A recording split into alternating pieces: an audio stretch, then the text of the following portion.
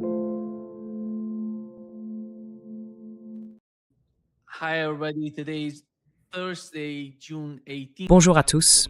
Aujourd'hui, nous sommes le jeudi 18 juin 2026 et notre cher ami, le professeur Richard Wolff, est avec nous.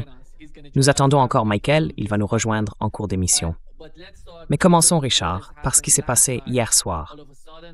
Tout à coup, les deux parties, l'Iran et les États-Unis, ont publié ce protocole d'accord en 14 points, un MOU, un Memorandum of Understanding. Donald Trump pour les États-Unis et le président iranien Pezeshkian l'ont signé. C'était une signature numérique. Apparemment, vendredi, ils vont tenir une sorte de réunion. Ce n'est pas seulement une question de signature, puisque le document est déjà signé. Ce sera plutôt sur la suite, sur la manière dont ils vont mettre en œuvre les points de ce mémorandum, de ce MOU. En regardant ce document, avant qu'on passe à la diapositive suivante, tu disais que tu avais parcouru les points rapidement. Quelle est ton interprétation de tout ça? Briefly, what is your understanding of that? Eh bien, je pense que c'est un document historique. Il vaut vraiment la peine d'être lu, quoi qu'il arrive à partir de maintenant. Mais il faut garder à l'esprit que ce n'est qu'un protocole d'accord. C'est surtout une déclaration d'intention, de ce qu'ils envisagent de faire. Ce n'est pas un engagement sur ce qu'ils feront réellement. Beaucoup de points sont formulés de manière conditionnelle. Et en plus, M. Trump a déjà ajouté de nouvelles conditions. Dans les heures qui ont suivi la signature, en parlant du comportement de l'Iran. Il aime employer l'expression « est-ce qu'il se comporte bien ?» ce qui montre clairement que certains éléments de ce mémorandum seront, ou non, contraignants pour les États-Unis, selon la manière dont les États-Unis jugeront le comportement de l'Iran.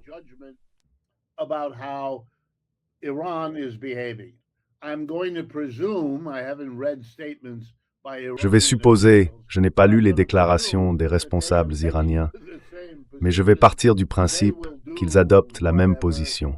Ils feront ce qu'ils jugent nécessaire. Et donc, quand on lit le texte, on commence à comprendre qu'il y a 2 ou 3 choses qui semblent devoir se produire très vite, assez clairement, puis beaucoup d'autres qui pourraient, ou non, faire partie d'un accord final. Et qui, à ce moment-là, pourraient ne plus du tout ressembler à ce qu'on voit aujourd'hui dans le mémorandum. C'est donc très important que les gens ne s'emballent pas et n'imaginent pas qu'il s'agit d'un accord de paix. Ce n'est pas du tout le cas. Trump a décidé de le faire à Versailles. Pour ceux qui connaissent un peu l'histoire, c'est là qu'a été signée la fin de la Première Guerre mondiale. Mais ici, ce n'est pas la fin d'une guerre.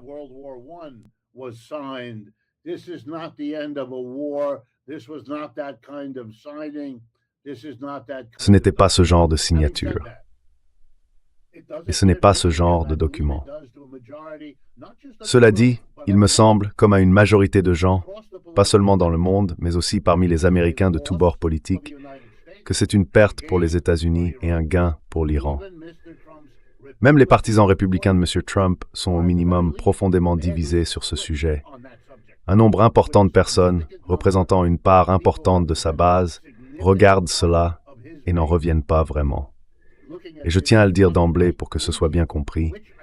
Leur opposition qui est en train de se mobiliser a déjà conduit M. Trump, par le passé, à revenir en arrière et à annuler ou tenter d'annuler ce qu'il avait fait.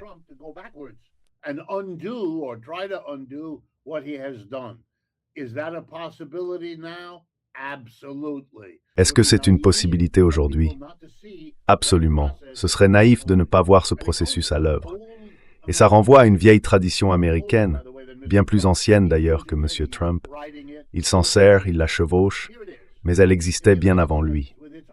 La voilà, aux États-Unis, avec des racines dans une manière de penser protestante, religieuse, presque théocratique, qui d'une certaine façon rejoint la version islamique de cela en Iran.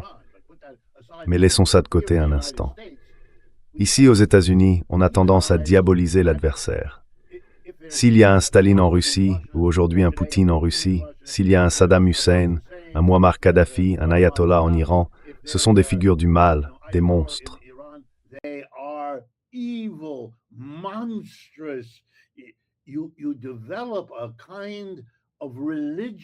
Vous développez une sorte de vision religieuse de Dieu, d'un côté le bien et le beau, et de l'autre le diable, littéralement l'opposé. Très bien. Mais quand vous faites ça, et que vous mobilisez votre peuple pour qu'il voie dans un adversaire non pas quelqu'un avec qui vous avez un désaccord, non pas quelqu'un dont les intérêts divergent des vôtres, non, non, non.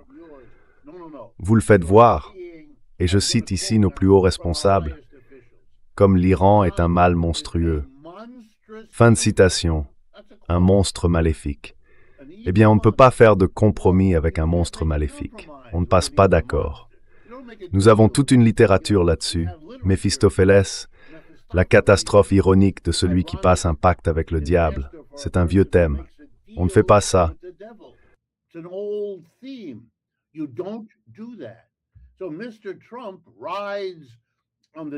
Alors, M. Trump s'est appuyé sur la diabolisation de l'Iran. Et maintenant, il passe un accord avec l'Iran. Et si vous avez regardé sa conférence de presse, comme il manque totalement de recul sur lui-même, il explique que, eh bien, on ne peut pas vraiment interdire les missiles parce que d'autres pays dans le Golfe en ont aussi. Et on ne peut pas vraiment interdire. Mais qu'est-ce qu'il fait en fait? Il essaie de convaincre les gens qu'il faut être raisonnable avec ceux avec qui on veut conclure un accord. Si on veut un accord, il faut donner un peu pour recevoir. Mais c'est trop tard. Il ne peut plus faire ça. Il a trop misé là-dessus, alors il divise sa base. La moitié va se dire oui, c'est logique, et ils voudront le soutenir, et ils le feront. L'autre moitié, ou quelle que soit la proportion, sera horrifiée.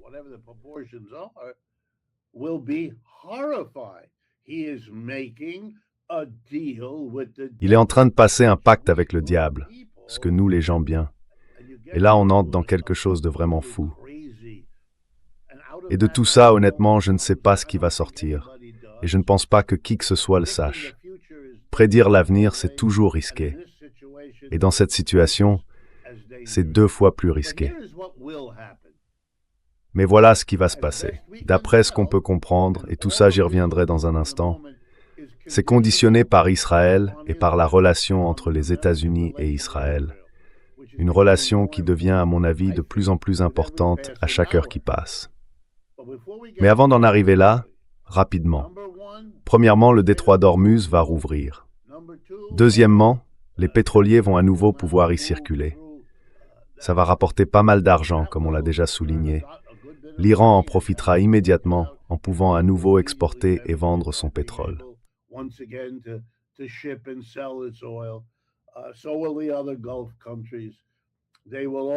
Les autres pays du Golfe aussi.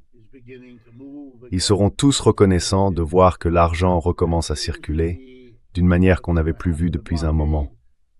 C'est ce qui semble se profiler. Le blocus, si j'ai bien compris, est déjà en train d'être levé pour permettre la reprise du transport maritime. Et ça va rassurer la bourse, qui était nerveuse jusque-là. C'est pas une bonne nouvelle pour ceux qui ont investi dans le pétrole, mais là encore, prudence, parce que tout ça pourrait se défaire. Qu'est-ce qui pourrait tout faire capoter? Eh bien, d'abord, Israël.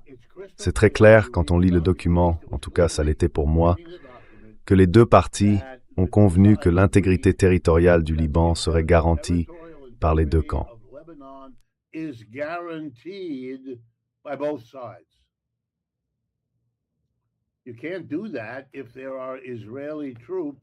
On ne peut pas faire ça s'il y a des troupes israéliennes dans le sud du Liban, et il y en a. Et on ne peut pas le faire non plus s'ils continuent à se tirer des roquettes dessus, ce qu'ils font, d'après ce que je vois. Donc ça doit s'arrêter. Et ça veut dire que les Israéliens doivent retirer leurs troupes, les ramener de l'autre côté de la frontière, en Israël. Au moins ça doit arriver. Et ensuite, espérons qu'il n'y aura plus de roquettes tirées à travers la frontière. Mais qui va obliger les Israéliens à le faire? Personne, à part les États-Unis. Donc la question c'est, et je ne vois pas d'autre issue, soit les États-Unis le font, soit ils ne le font pas. Comment pourraient-ils le faire? Très simple. On dit aux Israéliens ça doit s'arrêter, sinon plus d'armes, plus d'argent, plus de soutien.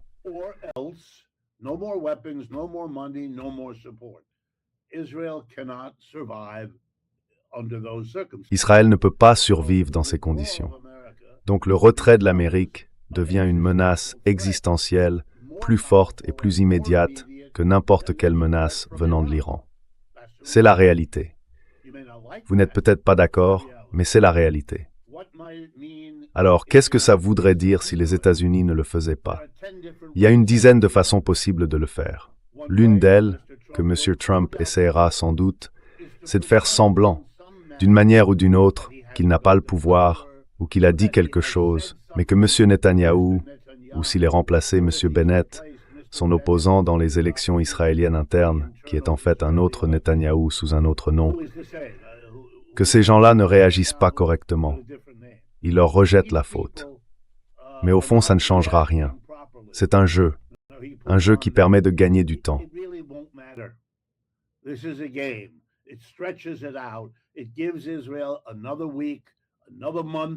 Ça donne à Israël une semaine de plus, peut-être un mois de plus, pour continuer ce qu'il fait avant de savoir ce qu'il doit faire, ou avant que les États-Unis ne le fassent. Sous M. Trump et sous la pression, j'ai du mal à imaginer, et je pense que votre public aussi, l'intensité avec laquelle Israël et ses soutiens aux États-Unis travaillent pour éviter qu'un retrait du Liban ne soit exigé. Et puis, il y a une dernière possibilité, que je ne sais pas si quelqu'un a évoquée, mais qui me paraît assez évidente. On pourrait impliquer Israël dans un accord, se retirer du Liban, parce qu'il y a un engagement à respecter, et aller envahir un autre pays. Voyons si Israël peut trouver une partie de la Jordanie, une partie de la Syrie.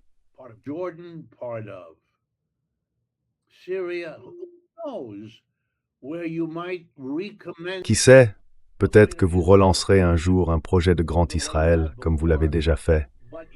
Mais là, vous observez, parce que les États-Unis l'exigent. Cela permettrait aux États-Unis de soutenir Israël dans une incursion dans un autre pays, tout en affirmant que cela n'a rien à voir avec le retrait iranien du Liban. Alors que c'est exactement ça. C'est une façon de donner à Israël quelque chose pour compenser le coût. C'est ce que font des gens comme Trump et d'autres. Comment les États du Golfe réagiront si ça se produit? Comment cette région du monde réagira? Personne ne peut le dire. Mais je ne veux pas, à cause des détails, perdre de vue l'ensemble, la vision d'ensemble.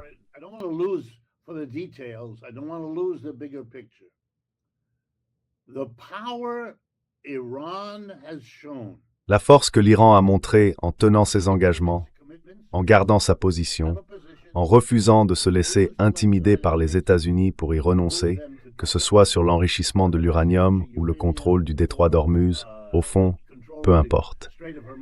Ils ont fait des choses auxquelles les États-Unis, en tant qu'empire mondial, s'opposaient. Et ils l'ont fait. Pendant des années. Ils ont déjoué les États-Unis qui menaient des opérations à l'intérieur de l'Iran, tout comme Israël. C'est comme ça qu'ils savaient qui assassiner et tout ce genre d'activités. Ensuite, ces deux pays les ont bombardés avec des missiles et tout le reste, et pourtant ils ne se sont pas effondrés. Au contraire, ils ont fini par obtenir cet accord. C'est une démonstration de puissance anti-impériale qui n'a vraiment pas d'équivalent. Et c'est différent, au moins sur un point important que je veux mettre sur la table pour que les gens y réfléchissent.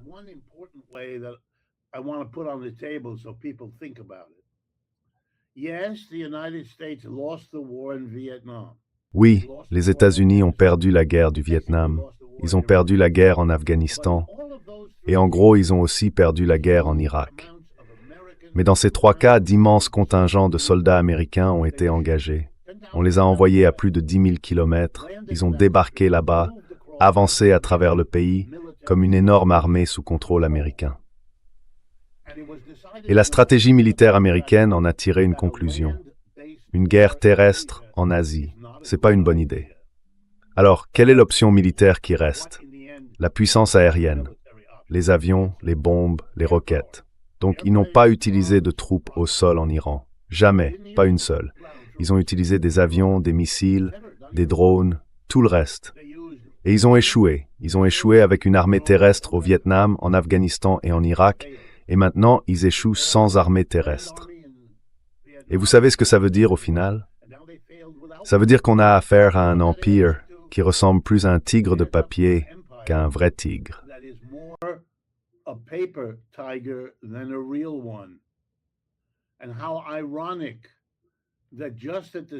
Et c'est assez ironique que justement au moment où on commençait à comprendre tout ça, le secrétaire américain à la Défense, M. Hegseth, fasse un discours en Europe, au G7 ou lors d'une autre réunion, dans lequel il dit aux Britanniques « Vous êtes un tigre de papier, votre armée n'est pas à la hauteur. » Et les Britanniques, ou plutôt les Européens, M. Rutte en tête, quel personnage vraiment, eh bien voir une telle attitude servile, c'est assez laid à regarder. Mais enfin, le voilà, incapable de réagir à cette immense insulte qu'il vient de recevoir. On leur dit que leurs forces armées européennes ne sont qu'un tigre de papier, alors que le monde entier regarde les États-Unis échouer encore et encore dans leurs aventures militaires, et nulle part de façon plus spectaculaire qu'ici. Voilà, pour moi, les grands enseignements initiaux de ce que nous venons d'observer.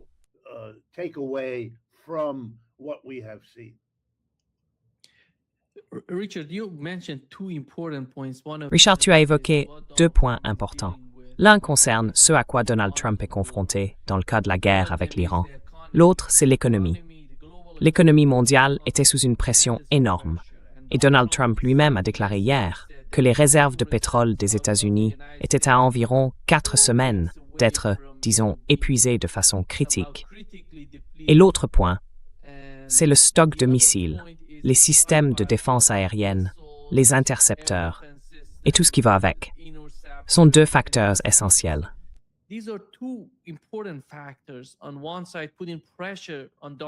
D'un côté, il y a la pression exercée sur Donald Trump pour qu'il mette fin à la guerre. De l'autre, on sait que Benjamin Netanyahou voulait cette guerre. Il veut qu'elle continue, parce que sa survie politique est en jeu en Israël. Alors, comment voyez-vous la combinaison de ces deux dynamiques? Est-ce que selon vous, c'était la principale motivation de Donald Trump? Et jusqu'où pensez-vous qu'il ira avec ce genre de...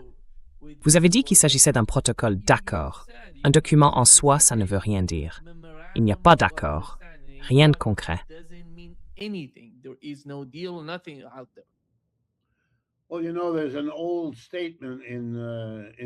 Vous savez, il y a un vieux principe en diplomatie, dans la théorie diplomatique, qui dit que les traités, les documents, les protocoles d'accord ne valent pas le papier sur lequel ils sont imprimés.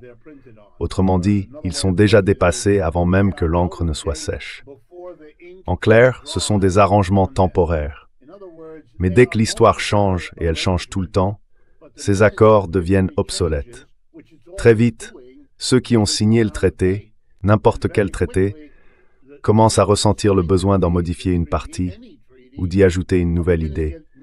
Parce que dans les nouvelles circonstances, ce traité ne nous convient plus. Il nous convenait le mois dernier ou l'année dernière quand on l'a signé. Mais maintenant, on veut le changer. Sauf que l'autre partie, elle, ne réagit pas de la même façon. Le changement de contexte, lui, la rend plus satisfaite.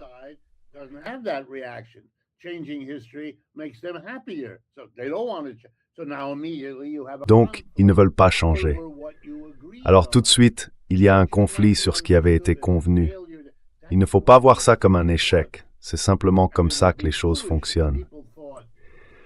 Et ce serait naïf de croire que ces documents ont une force contraignante réelle. Ici, aux États-Unis, on fait semblant.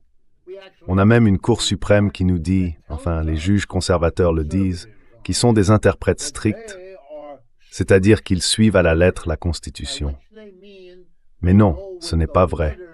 Ils l'interprètent d'une certaine manière, les libéraux d'une autre, les radicaux encore d'une autre. Et ça a toujours été comme ça, depuis le début. Vous savez, c'est un pays qui commence par dire « tous les hommes naissent égaux ». Et depuis le tout début, il a traité les hommes et les femmes afro-américains comme inégaux, et c'est encore le cas aujourd'hui.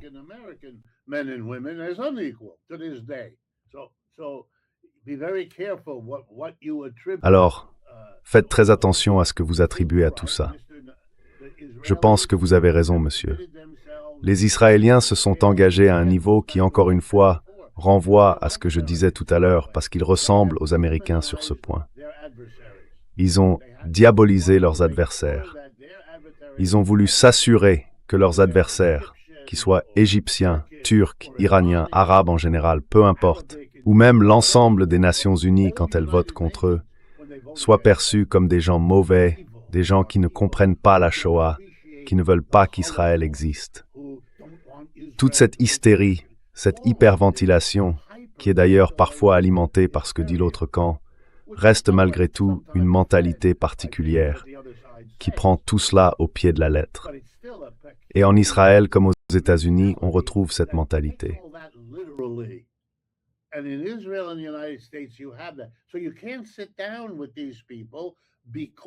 Donc, on ne peut pas s'asseoir avec ces gens-là, parce que ce sont des monstres maléfiques.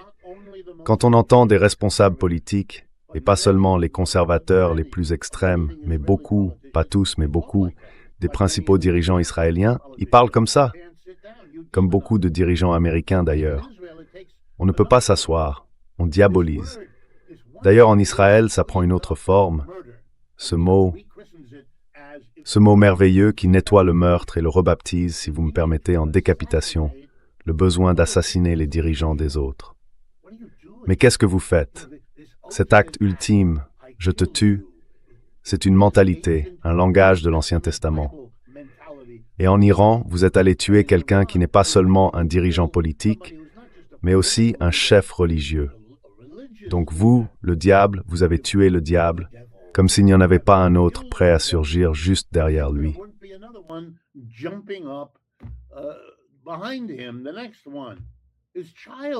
La prochaine idée est un peu puérile, d'une certaine manière, cette façon de penser. Mais elle provoque une réaction similaire de l'autre côté. Quand on traite les Iraniens de cette manière, très vite on les aide à développer le même état d'esprit à notre égard. Si vous allez dans beaucoup de pays arabes, leur attitude envers Israël commence à lui ressembler un peu. Mais ça n'a pas toujours été le cas.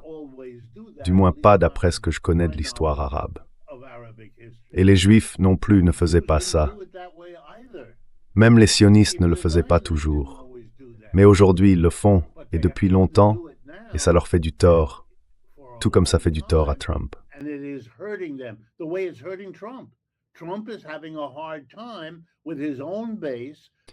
Trump a du mal avec sa propre base, parce qu'il donne l'impression de négocier avec le monstre du mal. On ne peut pas dire à ses partisans que c'est un monstre maléfique, puis leur demander de croire qu'on fait un accord où on lui concède quelque chose. Ça ne colle pas, vraiment pas. Encore un mot là-dessus. Je pense qu'on va maintenant assister à plusieurs changements spectaculaires. Le monde a été secoué. Je vais employer une métaphore, mais elle n'est pas si exagérée que ça.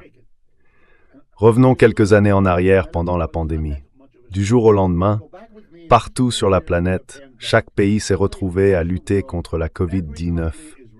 Cette maladie qui tuait des gens, rendait les autres malades et bouleversait toutes les économies.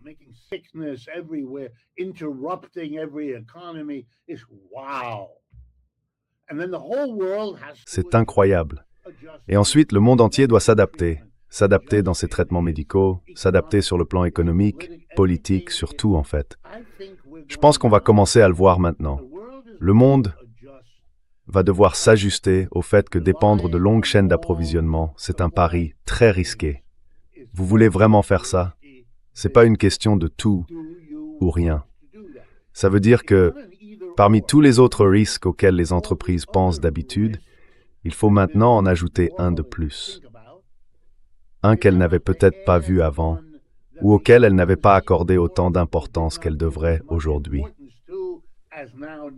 Si vous produisez dans un coin du monde et que vous expédiez à l'autre bout, vous allez devoir gérer toutes sortes de problèmes. Et ces problèmes peuvent devenir quoi?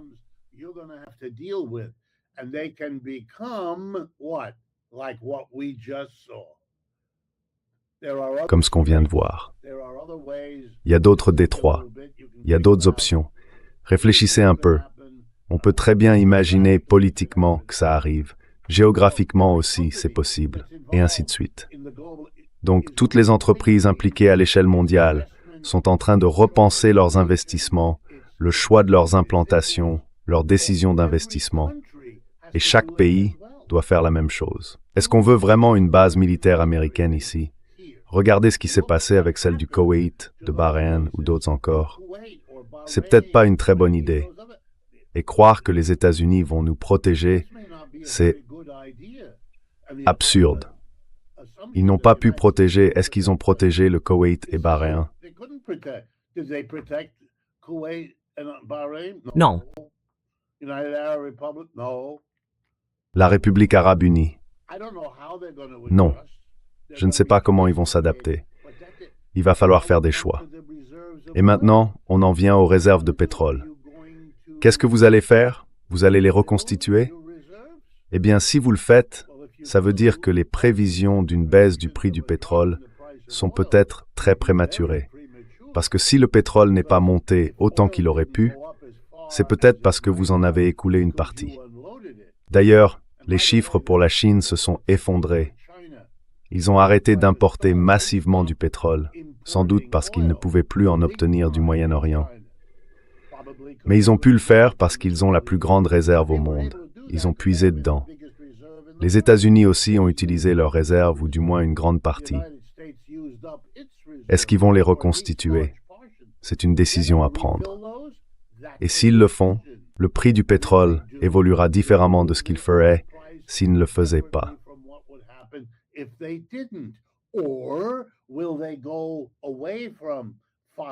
Ou bien vont-ils vraiment s'éloigner des énergies fossiles pour passer à d'autres formes d'énergie, le solaire, l'éolien et tout le reste? Et si c'est le cas, alors le grand bénéficiaire de tout cela sera la République populaire de Chine, parce qu'elle domine dans ces domaines. Elle s'est concentrée sur les énergies alternatives. Elle y a investi massivement, ce qui lui donne une indépendance face à cette crise et une liberté de décision économique que le reste du monde n'a pas. Et pendant que le reste du monde s'ajuste, tout est en train de changer. Vous savez, ils vont devoir modifier leur choix d'investissement en Chine, tout comme ailleurs, pendant que tout le monde essaye de faire face à quoi? Au déclin de la puissance américaine, au déclin de l'influence américaine, à la montée de l'Iran, de ses alliés et surtout de la Russie, de la Chine et des pays des BRICS. Oui, devrait exister des années de viscéral de recevoir un BRICS érudit.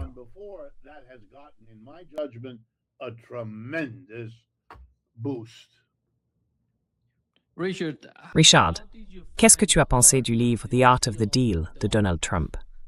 Parce que c'est lui quand même. Mais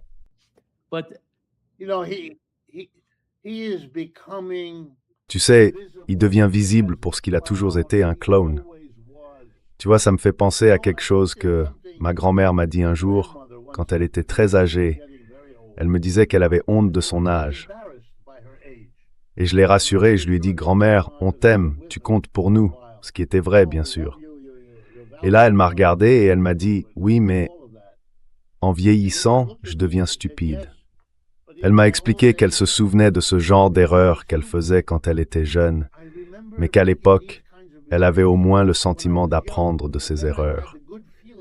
Et malheureusement, en vieillissant beaucoup, elle recommençait à les faire.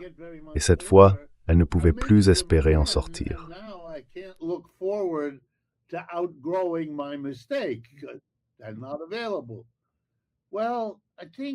Ils ne sont pas disponibles.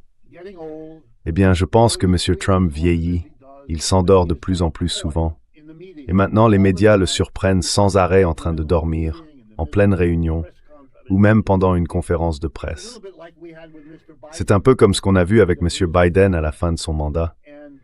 Du coup, ses erreurs sont plus grosses, ses bêtises plus marquantes. Vous savez, il n'a même pas réussi à faire venir un artiste sérieux à son événement, à sa fête d'anniversaire, pour ses 80 ans. Pendant ce temps, demain ou après-demain, l'ancien président Obama inaugure un bâtiment. Chaque président a un bâtiment construit pour lui à la fin de sa présidence. Celui d'Obama est maintenant terminé.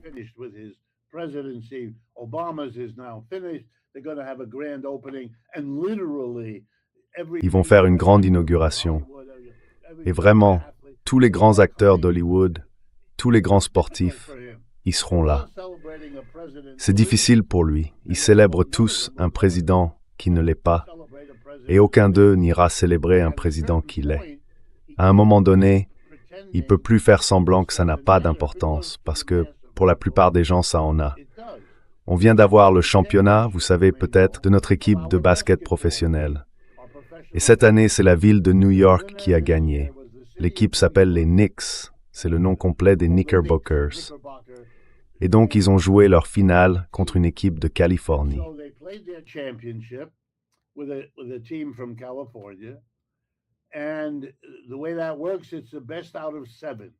Alors voilà comment ça marche. C'est une série au meilleur des 7 matchs. Donc la première équipe qui en gagne 4 devient championne du pays. Très bien. L'équipe de New York a remporté les 2 premiers matchs en Californie. Elle les a gagnés, puis elle est rentrée à New York pour le 3e. Et pour ce 3e match, le président Trump a annoncé qu'il allait venir. Je vous raconte ça parce qu'il faut aussi comprendre la dimension politique de l'histoire. L'équipe, je crois unanimement, lui a demandé de ne pas venir parce qu'il disait que ça leur porterait malheur, c'est une expression américaine, que ça nuirait à leur chance de gagner ce 3e match. Il a ignoré leur demande. Il est venu. Il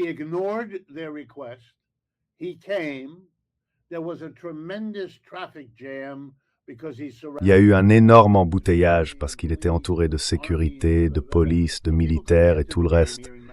Du coup, les gens n'ont pas pu aller au match, ici à Manhattan. C'est à 20 minutes à pied d'où je vous parle. Les gens ont attendu pendant des heures, ils n'ont pas pu entrer, le match a été retardé. C'était terrible. Et en plus, ils ont perdu. Le lendemain, ils ont rejoué, ils ont gagné, et ensuite, ils ont remporté le championnat. Et qui est le grand champion? Zohran Mamdani. C'est le maire de New York. Donc voilà le maire qui célèbre son équipe et l'équipe qu'il célèbre à son tour. Et encore une fois, Zohran Mamdani, c'est un maire musulman et socialiste qui acclame qu'on acclame, tandis que le président est mis à l'écart. C'est une image très forte symboliquement aux États-Unis.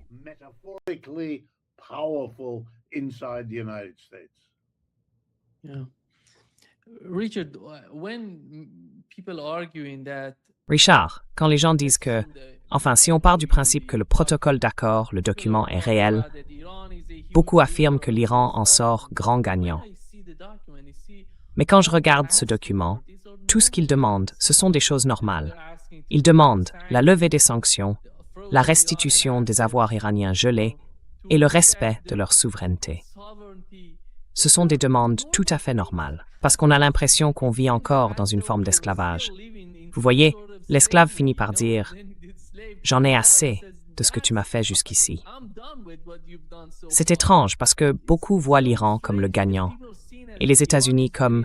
Enfin, je pense que l'Iran demande simplement aux États-Unis de le traiter comme un pays normal, ne pas l'attaquer, ne pas l'envahir, ne pas lui imposer de sanctions. Ce ne sont pas des demandes anormales de la part de l'Iran.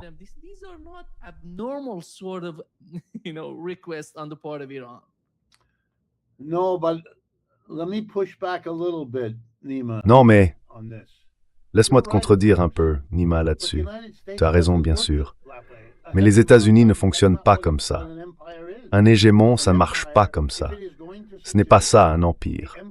Un empire, s'il veut réussir, il doit réduire tout le monde en esclavage, mais s'il veut survivre, il faut que cet esclavage paraisse normal. Les gens doivent l'accepter, parce qu'on ne peut pas imposer l'esclavage par la force. On ne peut pas mobiliser assez de puissance pour forcer les gens à être esclaves. Ça coûte trop cher. Le coût de ton appareil de répression dépasse ce que tu gagnes du surplus des esclaves, de ce qu'ils produisent pour toi. Donc, au final, il faut travailler sur l'esprit des esclaves. Ils doivent croire que ce qu'ils vivent, leur esclavage, est normal.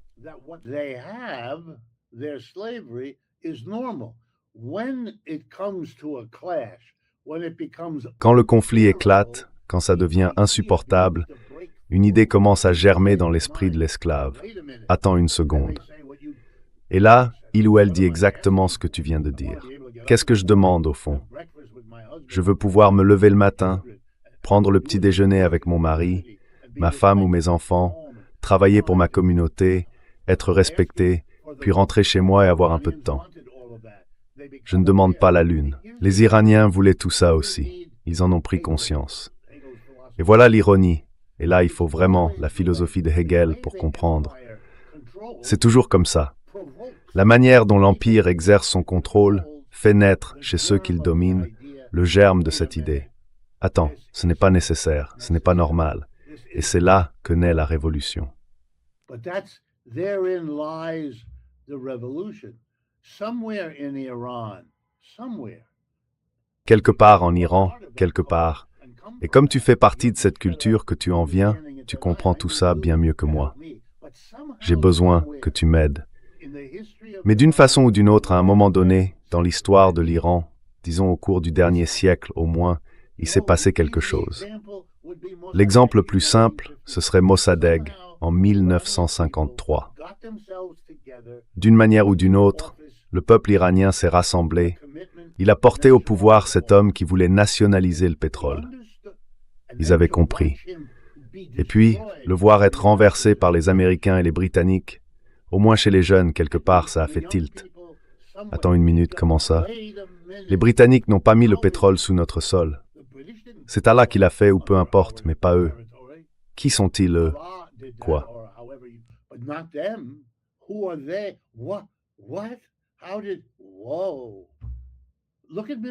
Comment? Wow. Regardez M. Trump. Il a dit en agitant le doigt, « Nous surveillerons le détroit d'Ormuz. Les Iraniens doivent bien se comporter. Pas de péage, pas de frais, rien du tout. » M. Trump n'a pas quitté cette mentalité impériale. Il pense toujours qu'il est aux commandes. Il est incapable d'en sortir. Les Iraniens voient bien que nous avons enfin ce que nous aurions toujours dû avoir. C'est notre littoral. Nous sommes les maîtres ici, ne serait-ce que par la géographie. Ils reconnaissent leur place. M. Trump a énormément de mal à comprendre, même en signant cet accord, ce que cela signifie. Il ne serait d'accord avec rien de ce que je viens de vous dire. Il ne reconnaîtrait pas que l'Empire est en déclin.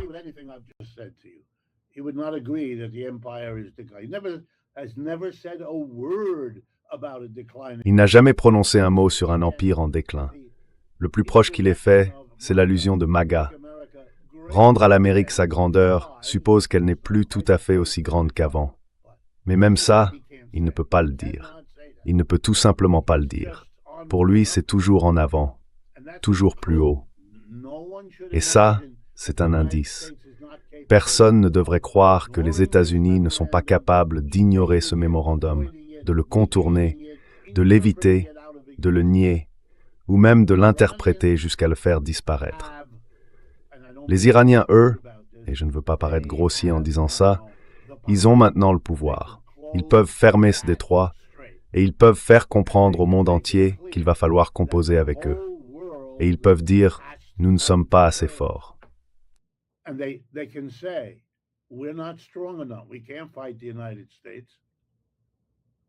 On ne peut pas affronter les États-Unis, mais on peut faire ça.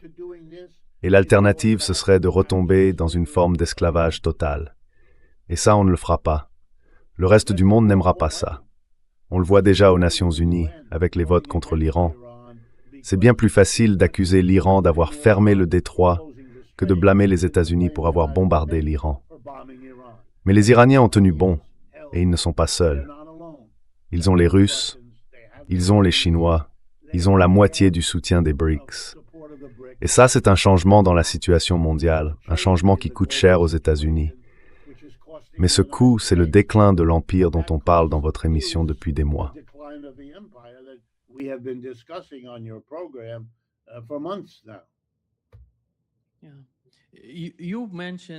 Oui. Tu as mentionné la façon dont toute cette situation va être perçue par le peuple iranien. D'après ce que je comprends, Richard, ce que tu disais à propos de Mossadegh en 1953, c'est qu'il a été renversé et que c'était un coup d'État mené par la CIA et le Mossad contre lui. La raison, c'est que Mossadegh avait nationalisé le pétrole iranien. Donc, il n'y avait plus de place pour les Britanniques ni pour les Américains. Ils ont donc voulu l'écarter. Et ensuite, il y a eu la révolution de 1979, un immense mouvement pour chasser l'influence des États-Unis d'Iran. Je pense que ce qui s'est passé pendant cette guerre, c'est une sorte de deuxième révolution. Parce que, en 1979, ils avaient déjà expulsé physiquement les États-Unis d'Iran.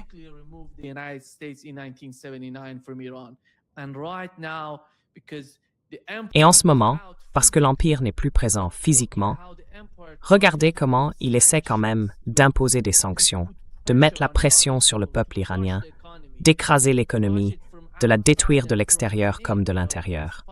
Vous savez, on méprise tout ça. L'économie ne fonctionne pas. Il faut bien qu'il y ait des formes de protestation, des émeutes. Alors, ce qui s'est passé avec le détroit d'Ormuz, c'est une deuxième révolution. Ils ont compris comment se protéger en contrôlant le détroit d'Ormuz et en mettant la pression sur l'économie mondiale. Je pense que c'est la deuxième. À mon avis, c'est ainsi que le peuple iranien perçoit toute cette affaire, toute cette guerre, parce qu'il ne croit pas que les États-Unis vont lever les sanctions, puisque tout dépend du Congrès.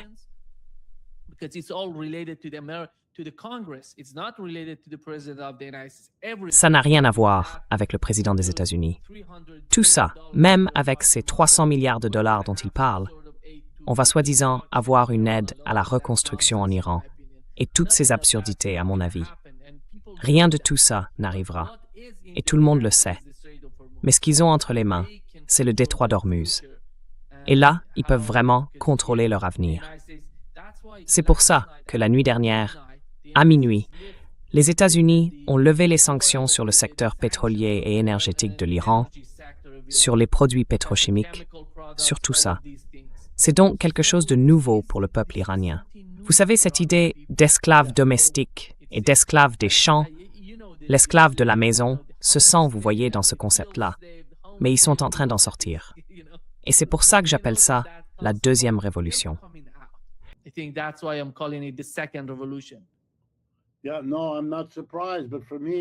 Oui, non, je ne suis pas surpris. Mais pour moi, c'est la fin d'un empire. Quand on vit sous son emprise, on s'adapte, on fait avec, on compose. Et quand ça devient insupportable, on fait une certaine forme de révolution. On va aussi loin qu'on peut, d'accord? On peut les chasser, fermer leur ambassade, refuser leur influence, tu vois. Mais ensuite, on découvre que l'Empire a beaucoup d'armes et aussi beaucoup de détours, de moyens indirects. Alors, il faut trouver une autre façon de continuer le combat. Mais tu sais, c'est ce que l'Iran a fait. L'Iran a compris comment faire.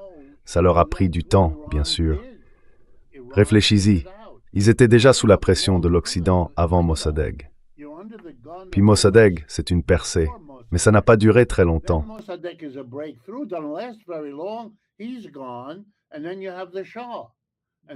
Il est parti. Et ensuite, il y a eu le Shah. Ça a duré jusqu'à la fin des années 70. Puis les choses ont commencé à changer. Et aujourd'hui, 50 ans plus tard, on découvre le prix intolérable de tout ça. Parce que les États-Unis, malgré toutes les sanctions, l'isolement et tout le reste, décident que vous êtes en train de riposter. Regardez, une partie de cette riposte, c'est le soutien aux Houthis, au Hezbollah et au Hamas que fait l'Iran. Et je comprends, c'est une manière de répondre. Mais ensuite, vous êtes attaqué pour ça. C'est tout le dilemme.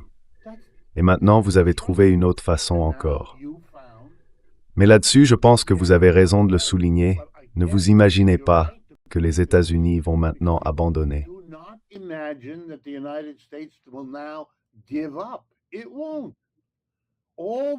Non, ça ne va pas se passer comme ça. Toutes les forces qui ont rendu ça possible au cours du siècle dernier, celles dont on parle, elles n'ont pas disparu. Elles ont été vaincues. Elles ont perdu cette guerre. Elles s'en sont vraiment mal sorties.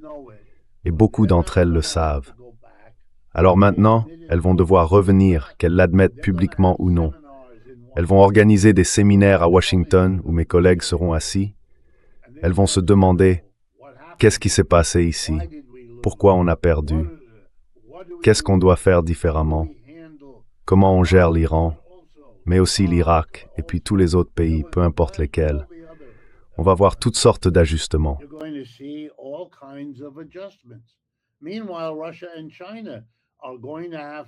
Pendant ce temps, la Russie et la Chine vont devoir réfléchir très sérieusement à ce qui vient de se passer. Quelles leçons faut-il en tirer? Qu'est-ce qu'il faut faire dans tous les autres endroits? La Russie, elle, doit prendre une décision tout de suite. Non, Elle est bombardée par les drones et les missiles de l'Europe de l'Ouest qui partent d'Ukraine. D'accord? Vous allez permettre ça? Qu'est-ce que vous allez faire? Comment allez-vous réagir? Vous savez, l'Occident veut affaiblir la Russie et la Chine. On n'en parle pas dans ce pays, parce qu'on a peur. Mais j'imagine qu'en Iran, ce n'est pas un sujet qui fait peur. C'est même un sujet qui attire. Nous avons une alliance avec la Russie et la Chine.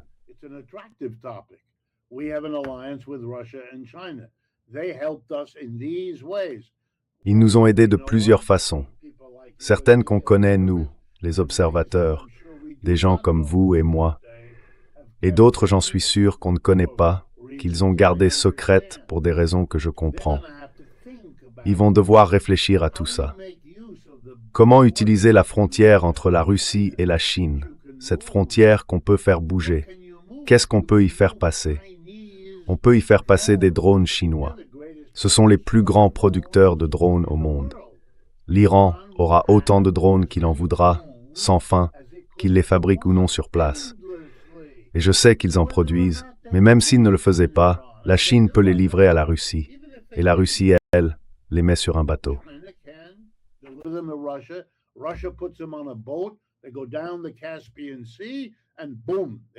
Ils descendent la mer Caspienne et boum, ils sont en Iran. Quel est le problème? Personne ne peut les arrêter. Il n'y a aucun autre acteur sur les frontières que je viens de décrire. Donc l'Iran se retrouve dans une position où il peut, et bien sûr, je ne prétends pas savoir quoi que ce soit qui ne soit pas public, mais si la Chine peut approvisionner l'Iran, alors la Chine peut approvisionner les Houthis, le Hezbollah et le Hamas indéfiniment. Qu'est-ce qu'on fait face à ça? L'Occident ne peut pas vraiment y faire grand-chose. Il faut l'admettre. Alors il essaye toutes sortes de régimes de sanctions. Et l'une des questions qu'on va forcément se poser partout en Occident et qu'on se pose déjà, c'est que dans l'ensemble, ces sanctions n'ont pas vraiment fonctionné.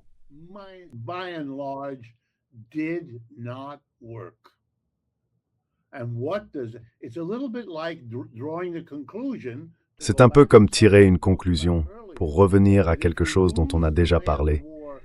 Si vous perdez la guerre terrestre avec votre armée au Vietnam, puis en Afghanistan, et encore en Irak, et que vous êtes assez malin pour ne pas l'utiliser en Iran, mais qu'au final, vos drones et vos missiles n'y arrivent pas non plus, qu'est-ce que vous faites? Eh bien, vous pouvez miser sur les sanctions, mais elles n'ont pas très bien marché. Est-ce qu'on a fait quelque chose de travers? Est-ce qu'il y a un autre type de sanction qu'on aurait dû imposer? Est-ce qu'on a échoué à la concevoir ou à la faire respecter? Où exactement est-ce qu'on a? C'est ça la vraie question. L'Empire, lui, n'est pas abandonné. Mais ça pourrait bien venir ici, dans ce pays.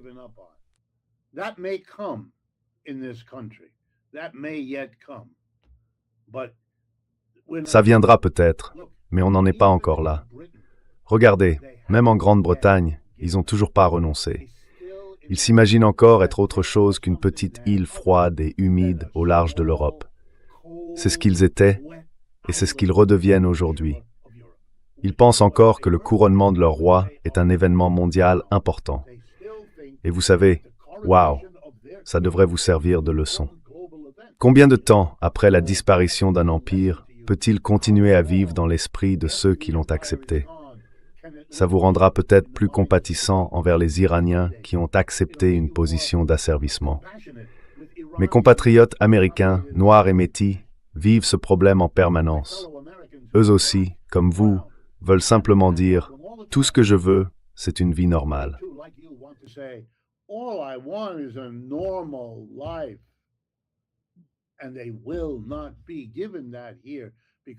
Et on ne leur donnera pas ça ici, parce que cette normalité qu'ils veulent fait peur à ceux qui se sont accommodés de la normalité d'une autre manière. Pour eux, ce qui est normal, c'est la liberté de nuire à leurs concitoyens sous prétexte qu'ils ont une couleur de peau différente.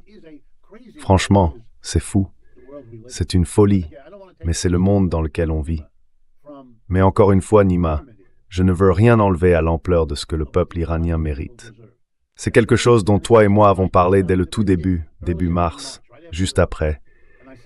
Et je t'avais dit, si tu te souviens, que pour moi, la vraie question, c'est de savoir si le peuple iranien tiendra bon sous ces bombardements, ces bombes, peu importe, ces missiles et ces drones, ou bien s'il finira par céder. Or will they capitulate? And to your credit, you told me you didn't. Et je dois dire, à ton crédit, tu m'avais dit que tu pensais pas qu'ils allaient capituler. Very important for me to hear. C'était vraiment important pour moi d'entendre ça. Je n'ai pas de contact direct avec beaucoup d'Iraniens. J'aimerais bien, mais ce n'est pas le cas. Alors c'était essentiel pour moi d'entendre que toi, au moins, en tant que personne qui a de la famille là-bas, des contacts, des gens avec qui tu parles, tu pouvais me dire que tu pensais ça. C'est d'autant plus impressionnant quand on pense à la lutte des femmes en Iran et de toutes les personnes progressistes qui avaient été si difficiles il n'y a pas si longtemps, si tendues, si tu vois ce que je veux dire. Et je le sais aussi par mes étudiantes iraniennes, surtout les femmes, ce que la police du hijab impose ou n'impose pas. Je sais un peu ce qu'elles ont enduré.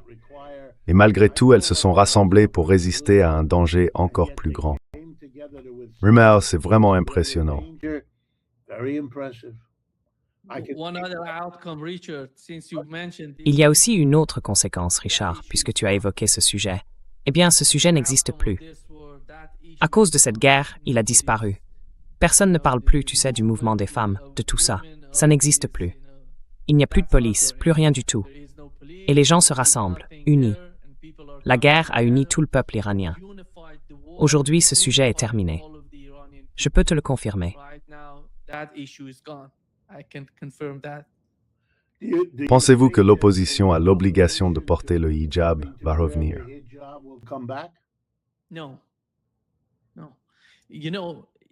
Non, non. Vous savez ce qui se passe en ce moment? C'est qu'on avait une partie de la société, une partie plus conservatrice. Elle voulait imposer, elle veut ce hijab. C'est une question de culture, liée à une certaine vision religieuse, tout ça. Mais le gouvernement, vous savez, cette guerre a mis l'Iran sous une pression énorme, économiquement, à l'intérieur comme à l'extérieur. Du coup, la société se rassemble. C'est une conséquence directe de cette guerre. Alors écoutez, je vous conseille simplement de regarder Iran Today sur YouTube. Vous verrez toutes ces femmes qui sortent sans porter le hijab obligatoire. La société a énormément changé, Richard, depuis que je suis revenu.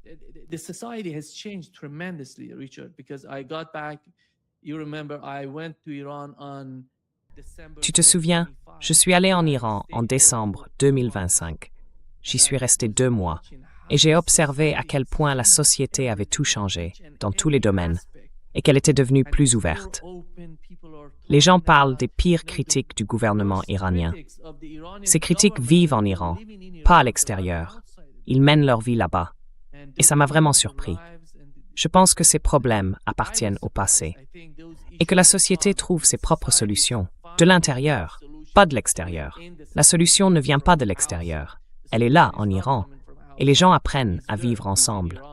Et ça, je dirais, c'est l'un des résultats les plus importants de cette guerre.